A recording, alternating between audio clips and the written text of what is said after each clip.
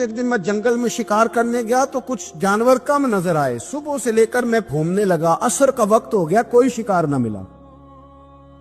اب میرے دل کے اندر یہ ڈر تھا کہ اگر مغرب مجھے یہی ہو گئی تو مجھے کوئی درندہ کوئی جانور پریشان کرے گا۔ اسی پریشانی کے عالم میں دائیں بائیں دیکھ رہا تھا کہ ہرنی کا ایک بچہ مجھے نظر آیا۔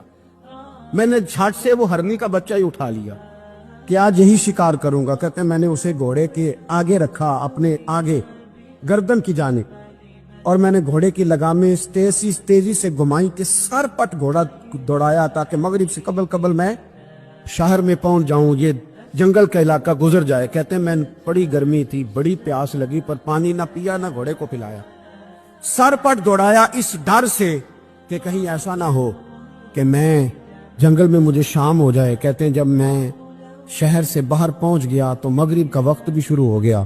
کہتے ابھی میں پہنچا ہی تھا، میں نے وہاں گھوڑے کو روکا، خود بھی پانی پیا، جانور کو بھی پلایا۔ کہتے ہیں ذرا میں نے آنکھ اٹھا کے دیکھا تو جس ہرنی کا میں بچہ لایا تھا وہ بھی دوڑتی ہوئی میرے پیچھے آ گئی۔ کہتے ہیں وہ پیچھے میرے کھڑی ہے، پتہ نہیں کہاں سے بیچاری دوڑی، میرا تو گھوڑا تھا اور میں نے تو سانس بھی نہیں لیا۔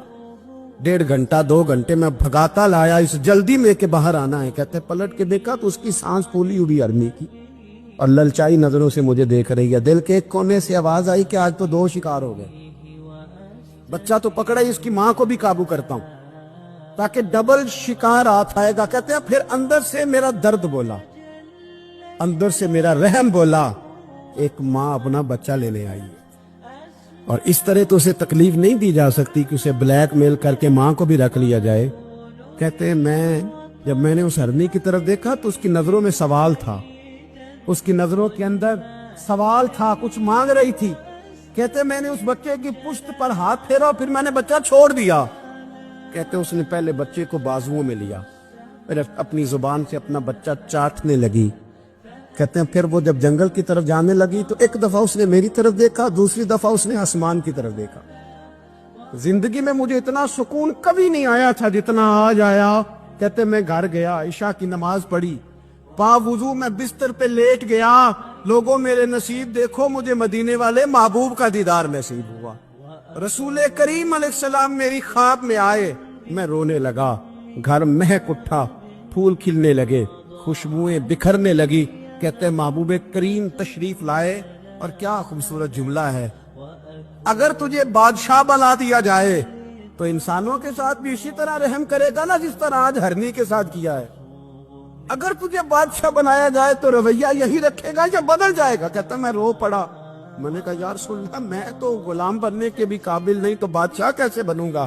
فرمایا تیری آج کی ادا بڑی پسند آئی ہے، عرش کے مالک نے تجھے بادشاہ بنانے کا فیصلہ کر لیا، تیری یہ ادا بڑی بھائی ہے، بڑی پسند آئی۔ فرماتے ایک ہرنی کے بچے پہ رحم کھایا تھا، رب کریم نے مجھے بادشاہی عطا فرما لی۔ ہم نہ سیاست سے بادشاہی لینا چاہتے ہیں، سیاستدانوں کے اپنی جیب سے اشتہار چھپوا کے بادشاہی لینا چاہتے ہیں، ڈیرا بنا کے بادشاہی لینا، نہ بادشاہی تو رحم کرنے سے ملتی، بادشاہی تو شفقت کرنے سے ملتی، بادشاہیاں تو اللہ کی مخلوق سے پیار کرنے سے ملتی۔ وہ شخص کہتا ہے کہ میرا ظرف یہ تھا کہ 4-5 دینار ملیں گے، تو امام حسین فرمانے لگے تھوڑی دیر بیٹھ جا، رزق آ رہا ہے۔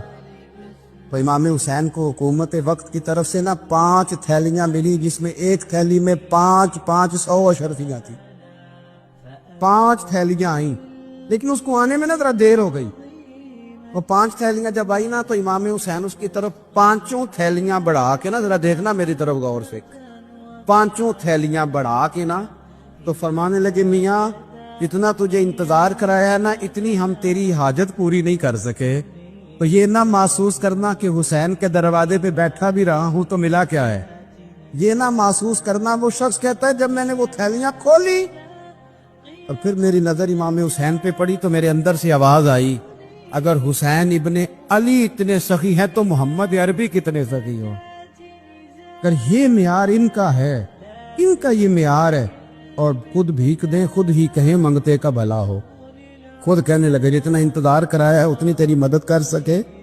یہ سخاوت کا معیار تھا، یہ طریقہ تھا۔ ایک دفعہ سیدنا امام حسین رضی اللہ تعالیٰ عنہ کے گھر کے اندر 5000 دینار آئے، مسجد میں تھے، آپ کو 5000 دینار ملے، تو امام زین العابدین کہتے ہیں کہ مسجد سے لے کر گھر آنے تک امام حسین نے 5 کے 5000 اللہ کے رستے میں خیرات کر دی۔ فرماتے میں نے کہا ابا جی 5 دینار کی گھر میں ضرورت تھی، مالاں والے سخی نہیں ہوندے تے سخیاں کل مال نہیں ہوندا، ایتھے اوتھے دوویں جہانی سخی کنگال نہیں ہوندا۔ کہا ابا جی 5 دینار کی گھر میں ضرورت تھی، تو کہتے ہیں مجھے فرمانے لگے بیٹا یہ جن کو میں نے دیا ہے نا یہ گھر کے لیے ہی دیا ہے، یہ گھر کے لیے ہی دیا ہے، جن کو دیا ہے تمہارا کیا خیال ہے یہ باہر خرچ ہوا ہے؟ یہ گھر کے لیے ہی ہے، اس لیے کہ جب انسان دوسروں پر شفقت کرتا ہے تو اللہ اس کے گھر پہ رحمت فرماتا ہے۔ امام حسین کے مزاج میں پہلی بات میں نے ذوق عبادت کی عرض کی، دوسری بات عرض کر رہا ہوں کہ صحابہ حضرت اسامہ بن زید بڑے پیارے ہیں میرے نبی کریم کے، بڑے پیارے۔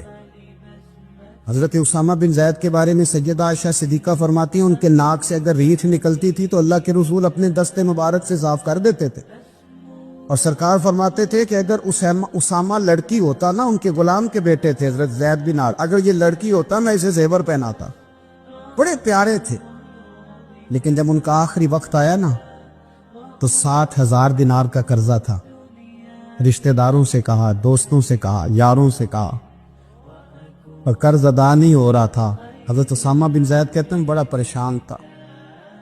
جب حد ہو گئی نا تو حضرت اسامہ بن زید فرمانے لگے جاؤ کوئی حسین ابن علی کو خبر کرو، ان سے کہو میں نا غلام ہوں آپ کے نانا کا، مقروض دنیا سے چلا گیا تو کیا بنے گا۔ امام حسین کو خبر ملی تو دوڑے آئے۔ لاجپال اس پیر کو نہیں کہتے کہ تگڑا نذرانہ لے کے تو ماتھا چوم لے، لاجپال تو اس کو کہتے ہیں کہ جب ضرورت پڑے تو وہ سر پہ موجود ہو۔ حضرت سیدنا امام حسین تشریف لائے تو جناب اسامہ بن زید رو پڑے، کہنے لگے حضور میں نے نا غلامی کی ہے آپ کے نانا کی، اور اس غلامی پہ ناز ہے، اب 60,000 دینار کا قرضہ لے کے دنیا سے جاؤں گا تو میری قبر پہ بوجھ رہے گا۔ امام حسین خادم کو بھی کہہ سکتے تھے جاؤ گھر پیسے پڑے ہیں لے آؤ، امام حسین خود گئے، چادر روڑ کے تو اس کی اوٹ میں بکل میں 60,000 دینار چھپا کے لائے، اور جناب اسامہ بن زید کے سامنے رکھ کے کہنے لگے اسامہ یار پیسے رات کو ہی آئے تھے، میں سوچ رہا تھا مجھے تو ضرورت نہیں، اللہ نے کس کا نصیب میرے گھر میں بھیج دیا، مجھے تو حاجت ہی نہیں تھی، اب پتہ چلا پیسے تیرے تھے، اللہ نے حسین کی ڈیوٹی لگائی ہے کہ جا کے دے آ۔ حضرت اسامہ بن زید رو پڑے، فرمانے لگے اللہ آپ کو بہترین صلہ عطا فرمائے۔ امام بڑا ہی پیار کرتے تھے، گھوڑے پہ جا رہے تھے، کچھ فقیر غریب لوگ بیٹھ کے روٹی کھا رہے تھے، کھا رہے تھے سڑک کے کنارے، تو امام زین العابدین فرماتے ہیں کہ جب امام حسین گزرے تو انہوں نے آواز دی حضور دل کرتا ہے ہمارے ساتھ بیٹھ کے روٹی کھائیں۔ کائنات کے مالک و مختار کے نواسے اور دنیا کے سب سے بڑے شہزادے گھوڑے سے اترے اور غریبوں کے ساتھ سڑک پہ بیٹھ گئے، روٹی کھانے لگے اور دیر تک کھاتے رہے، اور جب فارغ ہو گئے تو فرمانے لگے کھانے کی ضرورت بھی نہیں تھی، حاجت بھی نہیں تھی، پر تم نے آواز دی تو دل رکھنے کو بیٹھ گیا تھا، اگر اجازت دے تو چلا جاؤں۔ یہ مزاج تھا، یہ طبیعت تھی۔ آپ کے ایک بھائی ہیں چھوٹے حضرت محمد بن حنفیہ نام ہے، حضرت مولا علی شیر خدا رضی اللہ تعالیٰ عنہ کی دوسری بیوی سے۔ ایک دن حضرت امام حسین ان کے گھر میں بیٹھے تھے تو کسی بات میں نا اختلاف رائے ہو گیا، تو امام علی مقام ناراض ہو گئے، فرمایا آج کے بعد تیرے گھر نہیں آؤں گا، رومال اٹھایا چلے گئے۔ لوگوں نے حضرت محمد بن حنفیہ رضی اللہ تعالیٰ عنہ سے کہا حسین تو ناراض ہو گئے، کبھی نہیں آئیں گے۔ آپ فرمانے لگے بھائی تمہارا ہے کہ میرا؟ جی بھائی تو آپ کے ہیں۔ فرمایا اگر کہو تو چند منٹوں میں حسین واپس آئے۔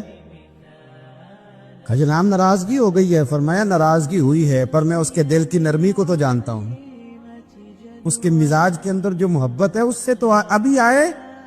کہ جناب وہ کیسے؟ فرمانے لگے دیکھنا ذرا۔ تو امام حسین نے خط لکھا، حضرت محمد بن حنفیہ نے رکا لکھا، کہنے لگے حسین میرے باپ کا نام بھی علی ہے اور آپ کے باپ کا نام بھی علی ہے، پر ایک فضیلت ایسی ہے جس میں میں آپ کا مقابلہ نہیں کر سکتا، وہ یہ ہے کہ آپ سیدہ فاطمہ الزہرا کے لال ہیں، آپ محمد مصطفیٰ علیہ السلام کے نواسے ہیں۔ کہنے لگے بھائی جان آپ نے نانا جان کی وہ حدیث تو سنی ہوگی کہ دو لوگ ناراض ہو جائیں تو جو صلح پہلے کرے جنت میں پہلے جائے گا.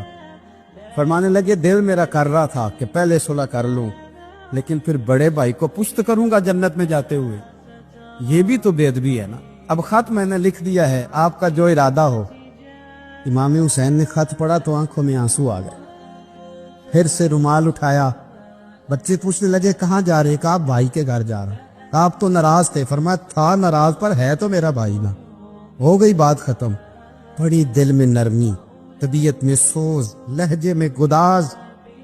حضرت امیر معاویہ رضی اللہ تعالیٰ عنہ نے ایک شخص کو بھیجا مدینہ منورہ شام سے. تو اس نے کہا میں نے امام حسین سے ملنا ہے، تعارف کیا ہے؟ جناب امیر معاویہ فرمانے لگے مسجد نبوی میں جانا جس کے گرد لوگ سب سے زیادہ ادب سے بیٹھے ہوں، اور جس کی باتیں سب سے زیادہ میٹھی ہوں، اور جس کی نظریں سب سے زیادہ جھکی ہوں، اور جس کے چہرے پر تمہیں سب سے زیادہ وقار نظر آئے، وہی علی کے بیٹے حسین ہوں گے. جو سب سے زیادہ تمہیں وہاں ماحول کے اندر جو شخص نظر آئے، پوچھنے کی ضرورت نہیں پڑے گی. وہ شخص کہتا میں مدینے آیا تو میں نے واقعی ایک شخص کو دیکھا. شہد کے گرد مکھیوں کا اتنا ہجوم نہیں ہوتا جتنا امام حسین کے گرد رسول اللہ کے غلاموں کا ہجوم تھا. لیکن نظریں جھکی ہوئی، باتیں میٹھی، لہجہ گداز گداز، لفظوں میں رانائی. اور لوگ کئی باتیں پوچھتے تو علی کے صاحبزادے ایک کا جملہ بولتے تو لگتا یہ کہ وہ جملہ سیدھا دل میں اترتا چلا جاتا ہے. امام علی مقام کے کردار میں نہ کچھ باتیں بڑی زیادہ تھیں، بہت زیادہ تھی. بڑا حسن تھا. ایک بات تو یہ تھی امام حسین رضی اللہ تعالیٰ عنہ کا علم و فضل بڑا کمال کا تھا. ایک دفعہ صحابہ میں مسئلہ بن گیا کہ بچہ پیدا ہوتا ہے تو اس کا وظیفہ کیسے لگانا ہے. امام حسین کا علم و فضل بتا رہا ہوں، علم و فضل. تو بات بڑی پیچیدہ ہو گئی.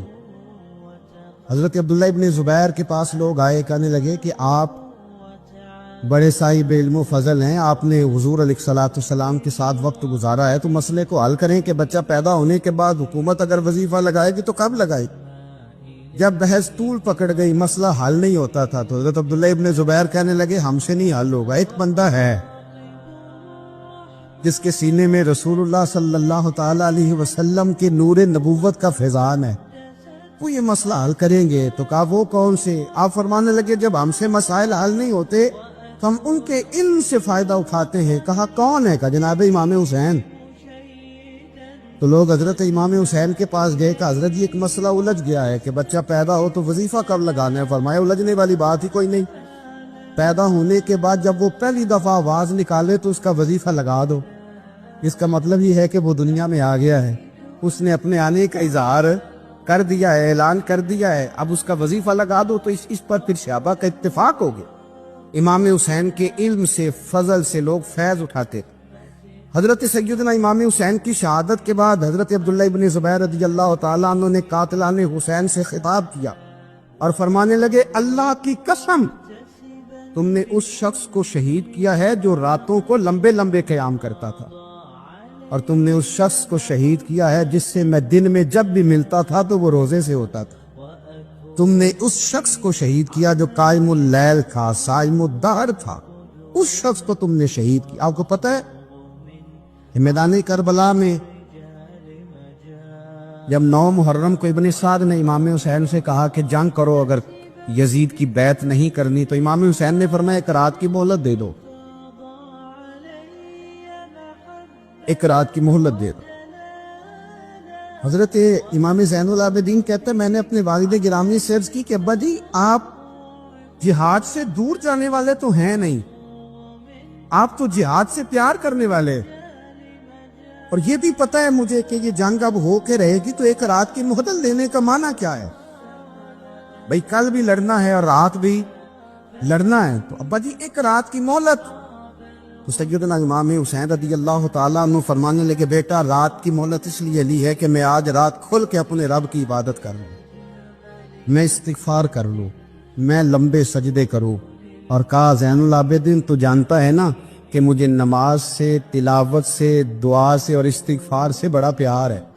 رسول کریم علیہ السلام نے فرمایا، جامع ترمذی میں موجود ہے، فرمایا میں جا رہا ہوں پر تمہیں دو بڑی بھاری بڑی وزنی چیزیں دے کے جا رہا ہوں۔